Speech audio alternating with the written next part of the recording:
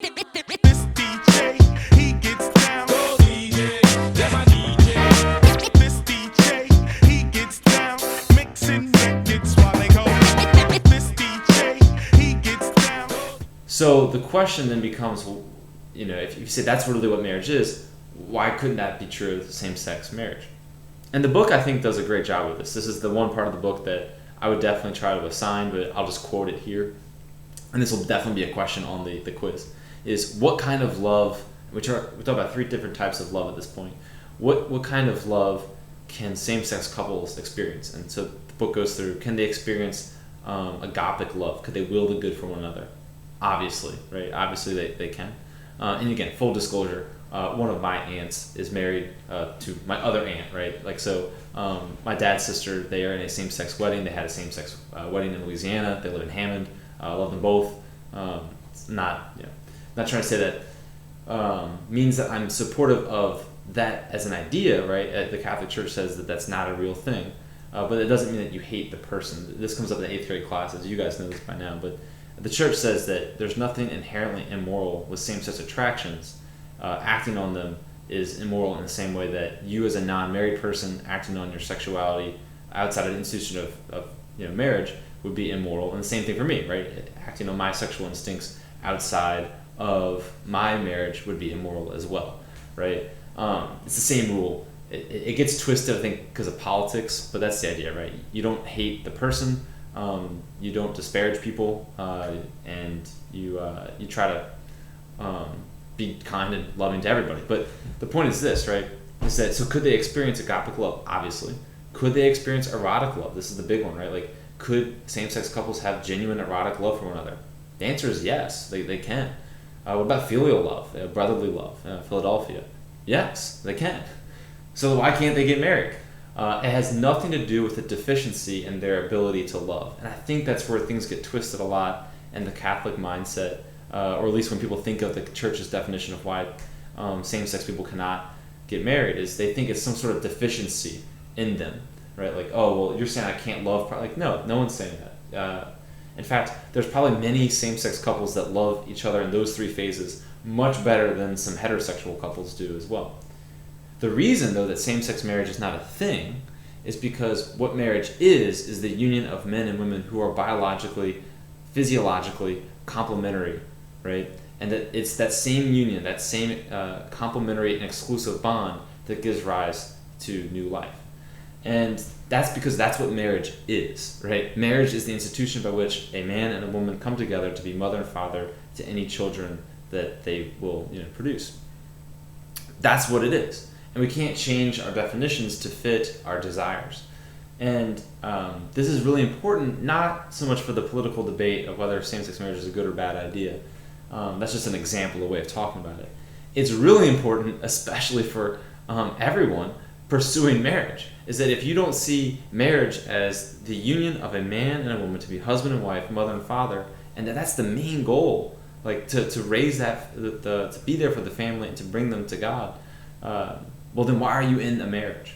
And that's why I wanted to mention annulments and divorce last unit or last lecture, because I think a lot of people have this moment where they wake up and realize, why did I get married? Why am I in this thing if I'm not happy? Because they base their marriage on a false definition. They've changed the definition of marriage, whether it's going to be an emotional bond, whether it's a cost benefits thing, whether it's whatever makes me feel happy, I guess, this scenario here. So you want your marriage, if you're discerning marriage, to be based on the reality. And so here we have a picture of Ben Watson, again with his family, before they had the twins, right? So they have a new set of twins right here. And I was kind of hoping he might retire a saint. Last year, we had him lined up to come. Well, I shouldn't say we had him lined up, but we were in communications with him to come speak at Jesuit High School about just being a good man, good husband and father. And then they found out that he was having twins, and so that we weren't able to get that happen. But this is basically what we talked about. This is our final point for today: is that marriage needs a man and a woman because they are complementary, both say like as an embodied spirit or a spiritualized body. You can't separate the spirit from the body from the spirit. That's important. So the complementary nature of man and woman, this exclusive bond, lifelong bond, oriented towards procreation, education of children.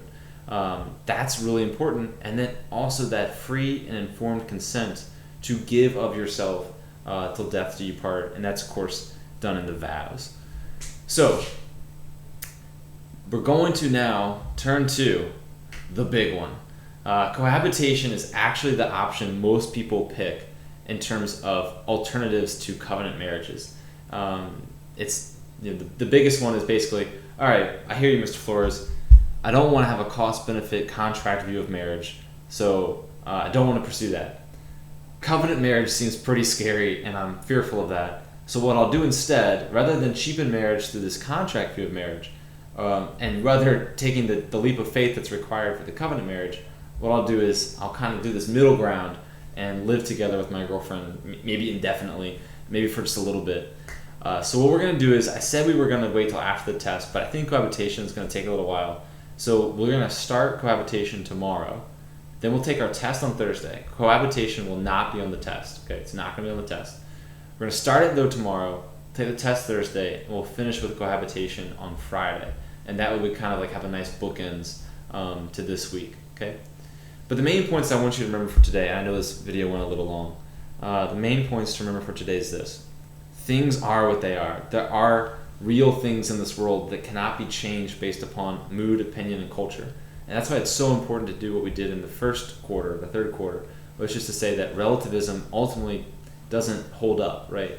There are real things, and we're not the ones that got to create those things. We have to respect them. We receive reality. We don't invent reality, right?